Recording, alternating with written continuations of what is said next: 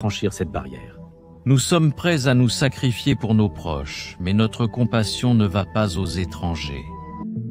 Interstellar de Christopher Nolan apparaît souvent dans les classements des meilleurs films de science-fiction. Et il semble que ce soit mérité. Parce que c'est un cas rare où une théorie scientifique rigoureuse côtoie des valeurs humaines universelles et où l'astrophysique froide se mêle à un drame finement construit. Regarde, tu es grand-père. Ils ont conçu cet espace en 3D dans leur réalité à 5 dimensions pour vous aider à comprendre. Mais c'est là à la fois la force et la faiblesse du film.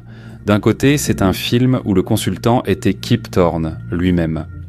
Lauréat du prix Nobel de physique, l'un des plus grands spécialistes mondiaux des trous noirs. À la fin, après toutes les explications sur l'espace, le temps et la gravité, le héros affirme que l'amour a sauvé l'humanité. L'amour, oui, l'amour. Et ce n'est pas présenté comme une belle métaphore, mais littéralement. Peut-être que l'amour est un artefact d'une autre dimension que nous ne comprenons pas. L'amour, force omniprésente comme la gravité, traverse le temps et l'espace. C'est peut-être pour cela que le film s'appelle Interstellaire, ce qui signifie entre les étoiles. Je me suis alors demandé, Christopher Nolan et Kip Thorne ont-ils vraiment mis une banalité dans un film de science-fiction juste pour le geste ? Avec ces idées, j'ai revu ce film exceptionnel et découvert de nombreux éléments intéressants à partager avec vous. Dans cette vidéo, j'analyserai le concept d'amour dans un contexte strictement scientifique et j'essaierai de répondre à la question de ce que Christopher Nolan voulait nous transmettre.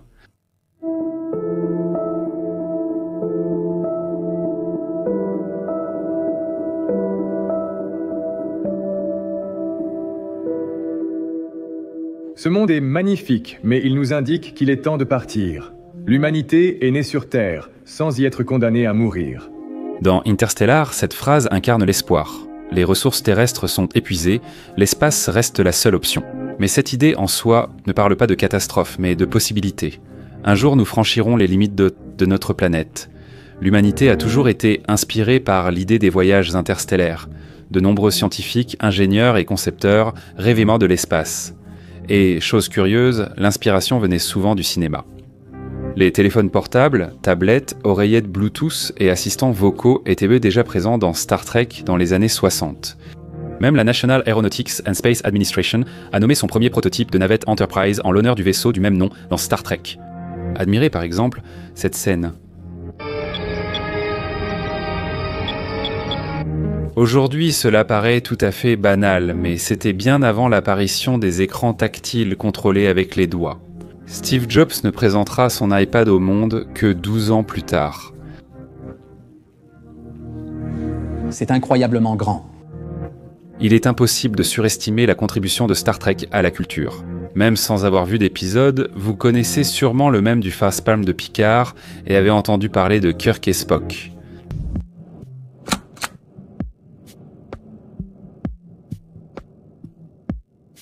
Je ne vais pas tourner autour du pot et je vais vous dire tout de suite ce que je considère comme l'idée principale du film de Nolan. Souvenez-vous du début, l'humanité frôle l'extinction. Il y aura de moins en moins d'oxygène dans l'air. Ceux qui ne mourront pas de faim finiront par suffoquer. Les cultures de végétales disparaissent les unes après les autres à cause d'un certain agent pathogène. Pratiquement la dernière culture qui est encore capable de produire, c'est le maïs. Eh bien, c'est ce qu'ont découvert les scientifiques. Le maïs va aussi disparaître, et très bientôt. Cela modifie l'écosystème au détriment des humains, tempêtes de poussière, maladies. Les scientifiques décident que le salut de l'humanité se trouve au-delà de notre galaxie. C'est le point de départ du film. Et tout ce qui suit est une tentative de répondre à la question de savoir ce qui est essentiel à la survie de l'espèce humaine. La réponse que nous donne Nolan, vous la connaissez déjà. L'amour sauvera l'amour. Comment en est-il arrivé à une conclusion aussi triviale et naïve ? Et en réalité, c'est justement le cas où le chemin vers cette conclusion est bien plus intéressant que la conclusion elle-même. Et je suis sûr que si vous parcourez ce chemin avec moi, l'idée de l'amour qui sauve le monde ne vous semblera pas si naïve que ça. Il s'avère que pratiquement chaque personnage de ce film incarne une certaine conception de ce qui peut sauver l'humanité. Et à travers le développement de ce personnage et de son destin, nous comprenons clairement comment l'auteur nous donne sa réponse à cette question. Mais avant de passer à l'analyse de chacun de ces personnages et d'expliquer ce qui se cache derrière chacun d'eux, parlons de ce qu'est l'amour au sens scientifique du terme.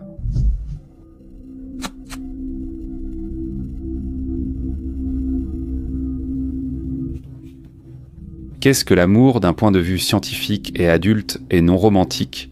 Dans Interstellar, il y a une phrase. L'amour est le seul sentiment qui nous soit accessible, capable de transcender le temps et l'espace. Ça sonne simplement beau. Ou y a-t-il quelque chose de plus profond derrière cela ? Si l'on examine cela au niveau des neurones, des hormones et de millions d'années d'évolution, l'amour n'est vraiment pas une fantaisie d'amoureux, mais bien un mécanisme de survie fonctionnel.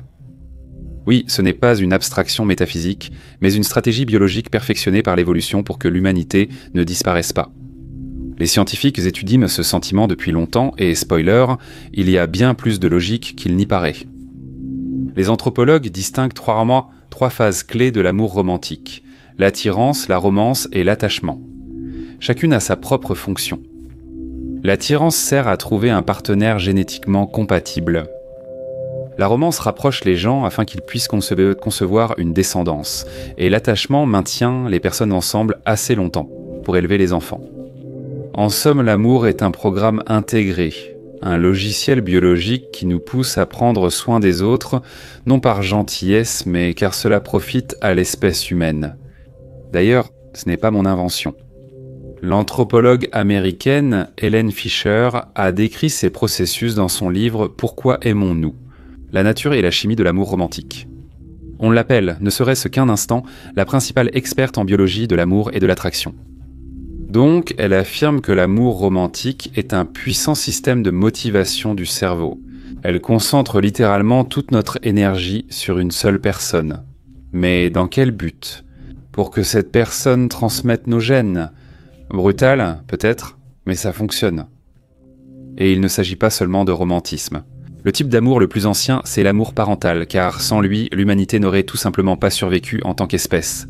Chez nous, contrairement à d'autres espèces, les petits sont faibles et sans défense. Sans protection parentale, ils sont condamnés.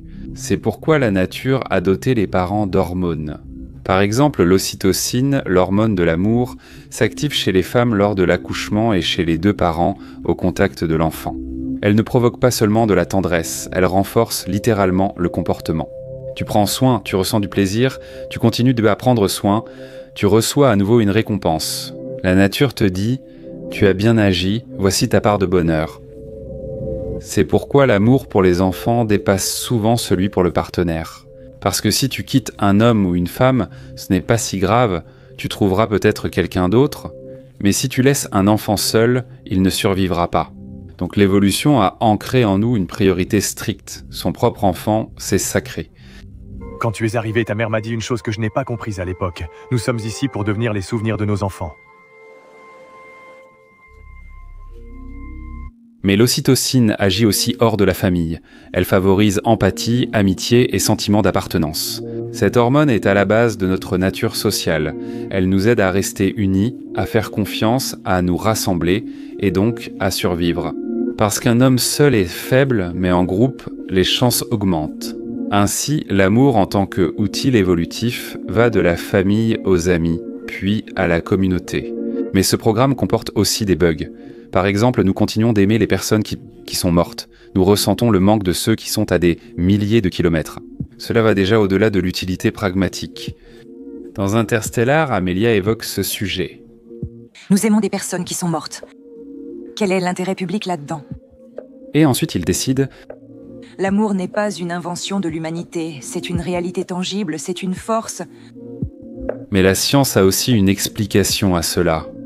L'amour pour les défunts est un effet secondaire de l'attachement à long terme. Notre cerveau ne sait pas lâcher prise, il s'accroche. L'amour à distance vient de notre imagination et de notre mémoire émotionnelle. On peut garder l'image d'une personne et le lien, même sans contact. S'il n'y avait pas ces mécanismes, cela conduirait à des situations problématiques. Je vais donner un exemple. Imaginez que vous êtes un chasseur du Paléolithique supérieur. Vous partez 3 jours chasser le mammouth. À votre retour, un homme d'une tribu voisine partage déjà les pots et, pardonnez-moi, votre femme dans votre grotte. Tout cela parce que la nature n'a pas voulu donner à votre moitié un amour durable. L'amour, pour ainsi dire, s'est évaporé avec la fumée du dernier feu de camp. Ou alors, après quelques jours de chasse, vous avez compris. Pourquoi garder l'ancienne famille? Ici, ce n'est pas si mal. Parfois, le système n'est pas parfait, mais il vise généralement à éviter de telles situations absurdes.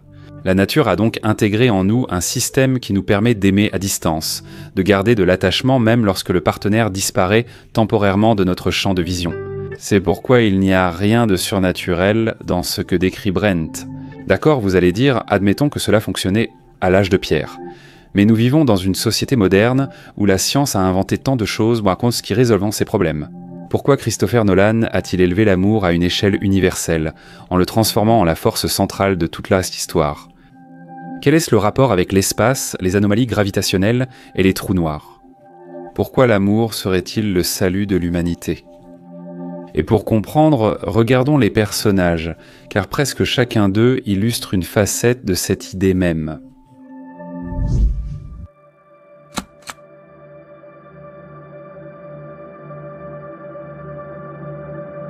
Le professeur Brand dirige toute l'opération.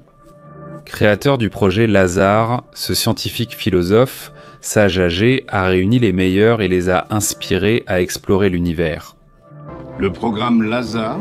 Ça sonne encourageant. Lazare est revenu d'entre les morts. L'idée est simple et grande, se sacrifier pour l'avenir de l'humanité. Pas pour soi, pas pour ses proches, mais pour l'espèce humaine. Ils doivent étudier leur planète, envoyer un signal si elle est habitable, puis entrer en hibernation à long terme. Et si la planète n'est pas habitable? Mourir en héros. Le plus curieux, c'est qu'il pose des conditions de principe. Les astronautes s'attendent qui partent envers les planètes doivent être sans enfants. Aucune famille n'y attache. Et aucun d'entre eux n'avait de famille.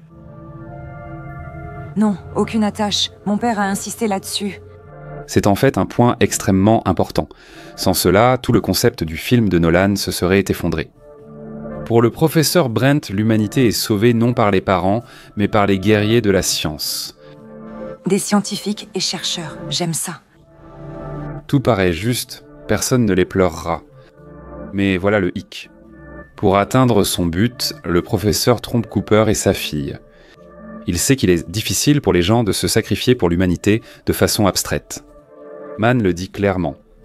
Nous sommes prêts à nous sacrifier sincèrement, sans réserve, pour ceux que nous connaissons. Mais notre compassion ne s'étend pas aux étrangers. Pourtant, Brent estime sans raison que lui et son groupe sont les meilleurs. Notre équipe réunit les meilleurs représentants de l'humanité.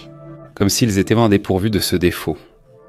Ils sont des gens de science, donc capables d'exploit, d'une abnégation absolue. Mais le problème, c'est qu'il ne ment pas seulement aux autres. Avant tout, il se ment à lui-même. Ce n'était qu'un mensonge. Vous nous avez abandonnés. Il évoque de grands idéaux et la nécessité de mettre nos sentiments de côté. Il a éradiqué son humanité pour sauver l'humanité. Nous devons penser non en individu, mais comme une espèce biologique. Et ensuite, il envoie sa fille dans l'espace.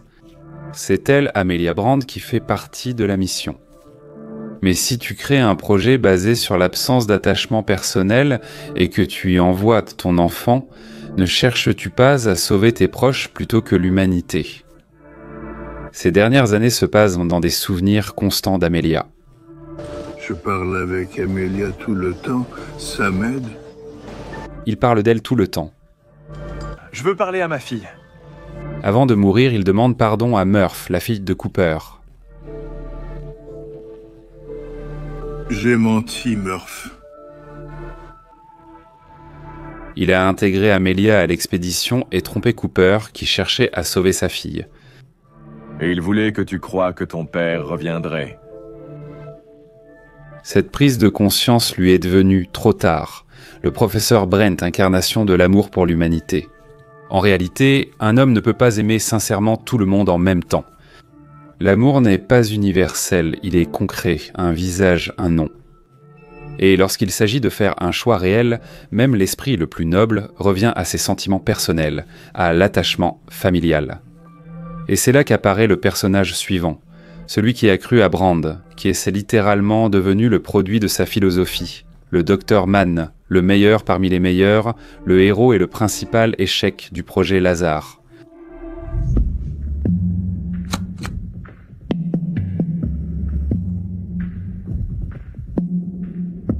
Le Dr Mann incarne parfaitement l'échec du projet Lazare et illustre clairement l'erreur du professeur Brand. Mais qui est donc le Dr Mann ? D'après les autres personnages, c'est littéralement le meilleur des meilleurs. Un sommité scientifique, un héros, l'espoir de l'humanité. Le Dr Mann est exceptionnel, le meilleur d'entre nous. Nous sommes ici grâce à lui. Lorsque Cooper et Emily arrivent chez lui et le sortent de son sommeil artificiel, ils le ramènent à la vie, comme Lazare. Vous m'avez vraiment ressuscité, comme Lazare. En réalité, ce n'est pas Lazare, mais Judas. Au début, on peut penser que Mann n'est qu'un lâche, et c'est en fait vrai. Mais ce n'est pas si simple. Mann n'a pas seulement eu peur, il croit vraiment qu'il agit correctement. Sa philosophie repose sur la conviction que l'instinct de survie est à la base de l'évolution, que c'est ce mécanisme qui a sauvé l'espèce humaine tout au long de son évolution. Notre instinct de survie est notre principale inspiration. Cela signifie donc, selon lui, que dans notre désir égoïste de nous sauver au détriment des autres, il a raison. C'est la conséquence logique de cette même erreur de l'idéaliste, le professeur Brent, envoyé sauver la race humaine, ceux qui n'ont personne sur Terre. Vous avez une famille? Pas moi. Aucune famille, enfant ni attache, seulement une froide idée du devoir envers l'humanité. Mais il s'est avéré que cette idée ne résiste pas à l'épreuve de la réalité. Je pensais être prête à mourir. Mais en réalité, je n'ai jamais douté que ma planète était la bonne. Nous arrivons alors à une question philosophique. Comment mieux organiser la société ? Encore, il y a deux idées diamétralement opposées. La première, aide ton prochain, sois compatissant, ne sois pas indifférent, et alors la vie sera meilleure pour tous. Et la seconde, diamétralement opposée, chacun pour soi. Prends soin de toi-même, et le monde s'organisera d'une manière ou d'une autre. Et comme vous l'avez compris, Mann est un représentant du second camp. Il est convaincu que si chacun agit selon son instinct de survie, si chacun se sauve lui-même, l'humanité finira par survivre. L'instinct de survie. Voilà ce qui me motivait, ce qui nous motive tous. Et, au final, c'est ce qui nous sauvera. Je pense qu'il est inutile de prouver que ces convictions radicales ne sauvent pas l'humanité, mais la mettent en danger. Au final, Mann n'a même pas réussi à se sauver lui-même. Ce n'est pas ma vie, ni celle de Cooper qui compte, mais le destin de l'humanité. Le Dr Mann est une expérience. Un homme privé d'amour, de compassion et d'attachement peut-il devenir un héros ?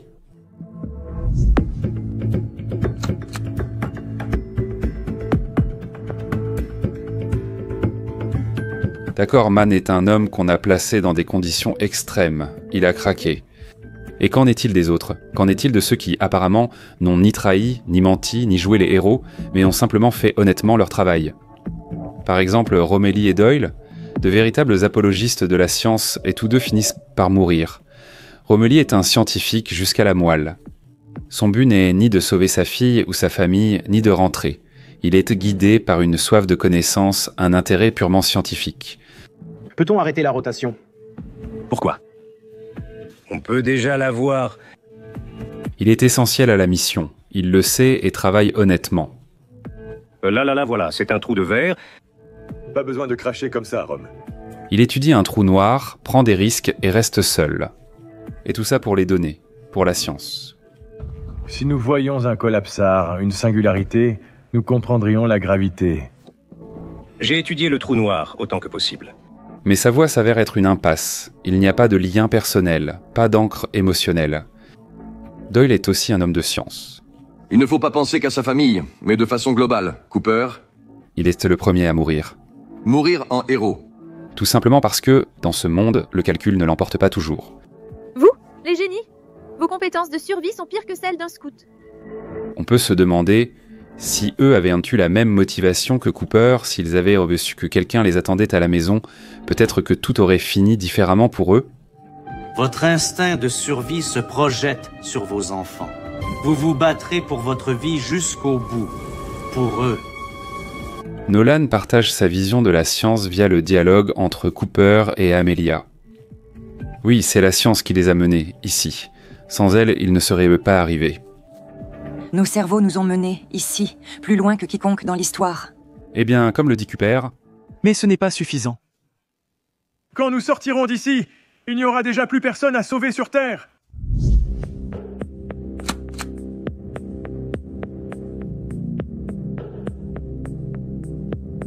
Et nous arrivons maintenant au personnage principal, Cooper, l'homme par qui tout le film commence. Et c'est ici qu'il faut revenir à la question avec laquelle nous avons commencé la vidéo. Qu'est-ce que l'amour d'un point de vue scientifique ? Le lien entre Cooper et Murph peut être interprété de différentes manières, comme quelque chose de sublime et de métaphysique, ou, au contraire, comme un phénomène justifié par l'évolution. Tout dépend de vos convictions, mais le fait demeure. C'est précisément ce sentiment qui finit par sauver l'humanité. Cooper va jusqu'au bout, avant tout, non pas pour des idéaux abstraits ou pour sauver le monde, même s'il le déclare aussi. Avant tout, il est guidé par l'amour pour ses enfants, pour une personne en particulier et non pour toute l'humanité. C'est difficile de tout laisser comme ça. J'ai des enfants, tu as un père. Il ne faut pas penser qu'à sa famille, il faut voir plus grand. Cooper... As-tu pensé rentrer à la maison ? C'est précisément cet amour qui le rend capable de l'impossible. C'est lui qui déclenche la boucle temporelle, devient le catalyseur du mouvement et conduit au salut. Quand je suis devenu père, j'ai compris une chose. Je veux que mes enfants se sentent en sécurité. Cooper est l'incarnation de l'idée principale de Nolan. Ce qui motive l'humanité, ce n'est pas l'altruisme, mais l'amour pour ses proches. Et ici, on se souvient à nouveau du Dr Mann. Vous avez une famille, alors que moi, je n'en ai pas. Votre instinct de survie se projette sur vos enfants. Vous vous battrez pour votre vie jusqu'au bout. Pour eux. Nous sommes prêts à nous sacrifier, mais surtout pour notre cercle proche. Vous ne seriez pas venu ici si vous saviez que vous ne pourriez pas les sauver ? L'évolution n'est pas encore capable de surmonter cette simple barrière. Nous sommes prêts à nous sacrifier sincèrement, sans réserve, pour ceux que nous connaissons. Mais notre compassion ne s'étend pas aux étrangers. Cela confirme la théorie de la psychologie évolutionniste, le soi-disant nombre de Dunbar. Selon cette théorie, le cerveau humain est capable de maintenir des liens solides et émotionnellement riches avec environ 150 personnes. Ce nombre est justement le nombre de Dunbar. Tout ce qui se trouve en dehors de ce cercle est perçu de manière plus distante. Ils savaient combien il serait dur de faire coopérer les gens pour sauver l'espèce entière, pas seulement eux-mêmes ou leurs enfants. Les expériences révèlent que les gens sacrifient des ressources pour sauver un enfant en détresse. Mais face à 1000 enfants, leur volonté d'aider baisse paradoxalement. Dans les faits réels, cela se manifeste constamment. Par exemple, les médias sont capables d'émouvoir le monde entier avec l'histoire d'une seule fillette disparue ou la photo d'un enfant souffrant d'une maladie. Des images montrant la mort d'un noir précis aux mains de la police peuvent devenir l'étincelle qui déclenche tout un mouvement. Mais ces mêmes personnes restent indifférentes à la souffrance de pays entiers. Si c'est présenté en chiffres bruts, une expression amère d'auteur inconnu dit « Une mort est une tragédie, 1 million une statistique ».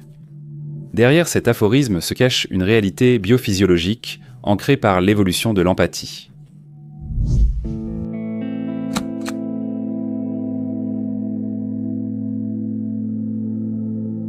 Cooper est guidé par l'amour pour ses enfants, tout en s'efforçant de rester rationnel et de ne pas dépasser les limites du raisonnable.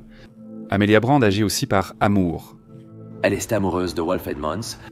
Mais dans son personnage, cette idée est poussée à l'extrême. L'amour n'est pas une invention de l'humanité, c'est une valeur tangible, c'est une force. Elle préfère suivre son intuition plutôt que la logique. Je veux suivre mon cœur. Peut-être que nous nous sommes trop longtemps fiés à toutes sortes de théories. Elle aime Edmonds. Son intuition lui dit que la vie l'attend précisément sur sa planète. C'est elle qui avance que cette idée provocatrice que, peut-être, l'amour n'est pas simplement une émotion, mais une force omniprésente encore inexplorée. Peut-être que l'amour est quelque chose de plus, un artefact d'une autre dimension que nous sommes incapables de comprendre. Et Nolan enveloppe cette question sous la forme d'un choix présenté comme une trilemme. Le choix entre 3 planètes, 3 options possibles, et des réserves limitées de carburant et de temps. Miller et le Dr Mann envoyaient encore des signaux, alors qu'Edmund s'est tué il y a 3 ans. La planète Miller est le choix de Doyle, qui incarne la logique et l'approche scientifique. Miller a signalé peu de choses, mais c'est déjà impressionnant. Il y a de l'eau, de la vie organique. Le temps y file anormalement vite. S'il reste trop longtemps, il risque de perdre des années sur Terre et de priver l'humanité de salut. La planète Mann est le compromis choisi par Cooper. Il agit à la fois par logique et par le désir de retrouver sa fille. Son moteur, c'est l'amour, mais enveloppé dans le calcul. Il ne veut pas que Murph vieillisse pendant qu'il se bat pour son avenir. Je pense à ma famille et à des millions d'autres familles, et le plan A ne fonctionnera pas si les gens sur Terre disparaissent pendant qu'on l'exécute. Et enfin la planète d'Edmunds, le choix intuitif d'Amelia. Je suis attirée à travers tout l'univers vers un homme que je n'ai pas vu depuis 10 ans et qui est peut-être déjà mort. De son point de vue, l'amour est un argument aussi valable que les chiffres. Elle croit que ses sentiments lui indiquent la bonne voie. L'idée de revoir Wolf me réjouit, mais cela ne prouve pas que j'ai raison. Aussi paradoxal que cela paraisse, ce choix est le bon. La planète Edmundsa est vraiment habitable. Nolan ne choisit pas au hasard une femme pour porter cette idée. Ce faisant, il fait une affirmation audacieuse. L'amour semble peut être plus efficace que la logique lorsqu'il s'agit de la survie de l'espèce. L'amour est le seul sentiment capable de transcender temps et espace. Devrions-nous lui faire confiance sans comprendre sa nature ? Oui, l'amour en tant que grandeur physique réellement inexplorée, c'est plutôt un concept fantastique qui illustre un principe. Mais si l'on considère l'amour comme un mécanisme évolutif de survie qui nous pousse intuitivement à agir pour assurer la préservation de l'espèce, pourquoi pas ? Dans cette optique, l'idée que l'amour sauvera le monde trouve une justification scientifique valable. L'amour Tars, comme disait Brand, et mon lien avec Murph, c'est concret.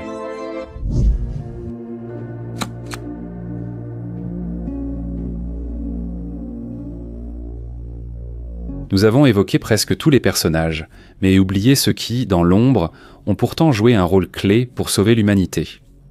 Ce sont les robots Tarsi, Kippy et Casey. J'ai déjà publié une vidéo sur ma chaîne expliquant la théorie selon laquelle ils seraient les véritables sauveurs de l'humanité. Si vous ne l'avez pas vue, regardez-la après cette vidéo. En réalité, je ne renie pas mes propos de l'époque. En fait, cette vidéo complète et élargit cette théorie. Sans Tars, Cooper aurait échoué. Cooper, vous me recevez? Tars, bien reçu. Tu as survécu. Il entre le premier dans le trou noir et transmet les données gravitationnelles au-delà de la 5e dimension. Tu as recueilli les données quantiques? Oui, je les ai. Tars, donne-moi les coordonnées de la National Aeronautics and Space Administration en code binaire. Compris, je transmets les données. Les robots d'Ampromont sont dépourvus des défauts humains, ils ne sont pas soumis aux émotions, ne sont pas enclins à la trahison et sont prêts à se sacrifier sans hésitation. Et qui est donc cette sonde héroïque, professeur? Tars, le principal candidat? Il fait simplement ce pourquoi il a été programmé. C'est notre mission, Dr. Brand. C'est notre seule chance de sauver les gens sur Terre. Il est parfait. Mais c'est là tout le paradoxe. Il est parfait parce que l'homme l'a rendu ainsi. C'est l'homme qui a doté Tars et les autres robots de ce qui manque à beaucoup d'humains. Ce n'est pas un hasard si, dans le film, il est souligné à plusieurs reprises que des qualités comme l'honnêteté à 90% et l'humour à la demande propres à l'homme ont été attribuées manuellement à Tars. Hé, Tars, quel est ton niveau d'honnêteté? À 90%. 90%? L'honnêteté absolue n'est pas la méthode la plus diplomatique ni la plus sûre pour communiquer avec des êtres émotionnels. C'est l'humanité intégrée aux machines qui les rend vraiment utiles. Humour, 75%. Je confirme. Toc toc, qui est là? Tu veux 55? Parce que sans cette étincelle, sans code moral, sans capacité d'empathie, même si elle est programmée, il resterait entre de simples algorithmes froids, alors qu'avec, ils deviennent des membres à part entière de la mission. Je ne sais pas. C'est pour les 90% ou les 10%? J'ai toujours des paramètres de confidentialité. Mais il me manque un peu de ruse. Ainsi, au début du film, Cooper reste méfiant et réservé envers Tars. Tu te prends pour un marine, mon pote. Vous prenez de sacrés risques en utilisant d'anciens robots militaires. On ne peut pas demander ça à Tars. C'est un robot. Il n'est pas nécessaire de lui demander quoi que ce soit. Mais finalement, il s'adresse à lui comme à un ami, un partenaire, un être vivant, et non comme à une machine. Est-ce que tout s'est vraiment passé comme ça? Jamais aussi proprement. Avec un être vivant. Nous avons trouvé ce robot près de Saturne, là où nous vous avons aussi trouvé. Le bloc d'alimentation est cassé, mais nous pouvons en installer un autre si vous le souhaitez. Oui, s'il vous plaît. Alors, qu'est-ce que Christopher Nolan voulait finalement nous dire? Il semble que nous ayons affaire à de la science-fiction, l'espace des trous de verre, la théorie de la relativité. Tout est basé sur la science. C'est précisément elle qui permet à l'humanité de franchir les limites de la planète, de surmonter la catastrophe, de trouver une issue. Notre intelligence nous a menés plus loin que jamais auparavant. Mais comme le disait Cooper, mais ce n'est pas suffisant. La science est le moteur, mais il lui faut du carburant. Ce carburant, c'est l'humanité, l'empathie, la capacité d'aimer non pas l'humanité en général, mais une personne concrète, sa fille, l'être aimé. Celle dont tu te souviens du nom, même après des décennies de solitude. C'est précisément cela qui met le mouvement en marche, c'est cela qui pousse les héros en avant. Et finalement, ça sauve tous. L'amour, Tars, l'amour. Appelez ça comme vous voulez. Certains diront que l'amour est la force métaphysique suprême. Une grandeur tangible est une force. Certains diront que c'est juste un mécanisme évolutif qui nous aide à survivre. Votre instinct de survie se projette sur vos enfants. Chaque personnage représente une expérience. Man, l'amour comme survie. Cooper, l'amour parental défiant temps et espace. Amelia, l'amour romantique et intuitif. Les scientifiques d'Anna comme Rommel et Doyle représentent le calcul froid, la science sans attachement émotionnel. Et les robots et l'intelligence artificielle sont comme un miroir de nous-mêmes, des êtres dépourvus de nos faiblesses. Interstellar n'est pas qu'une histoire d'espace et de trous noirs, mais aussi sur l'intériorité humaine. La science dans ce film est une force motrice, mais sans humanité, elle est inutile. Sans amour, sans intuition, sans le désir de sauver ceux qui nous sont chers, les formules ne signifient rien. C'est cette union entre calcul précis et sentiment qui est la clé du salut.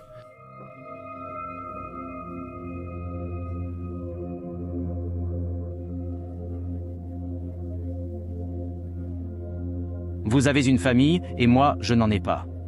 Je pensais que j'étais prêt à mourir. Mais en réalité, je n'ai jamais douté que ma planète était la bonne. L'instinct de survie ne concerne pas seulement ma vie. J'ai étudié votre possible trauma. Il ne faut pas penser qu'à sa famille, il faut viser plus large. Cooper mourir en héros? Vous, les génies, avez des compétences de survie pires que celles d'un scout. Votre instinct de survie se projette sur vos enfants. Vous vous battrez pour votre vie jusqu'au bout. Pour eux. Nos cerveaux nous ont menés ici, plus loin que quiconque dans l'histoire. Mais ce n'est pas suffisant. À notre sortie, il n'y aura plus personne à sauver sur Terre. Je veux que mes enfants se sentent en sécurité. Votre instinct de survie se projette sur vos enfants. Vous vous battrez pour votre vie jusqu'au bout. Pour eux? Vous ne seriez pas venus si vous saviez que vous ne pouviez pas les sauver. Nous sommes prêts à nous sacrifier pour ceux que nous connaissons. L'amour n'est pas une invention de l'humanité, c'est une grandeur tangible, c'est une force. Je veux écouter mon cœur.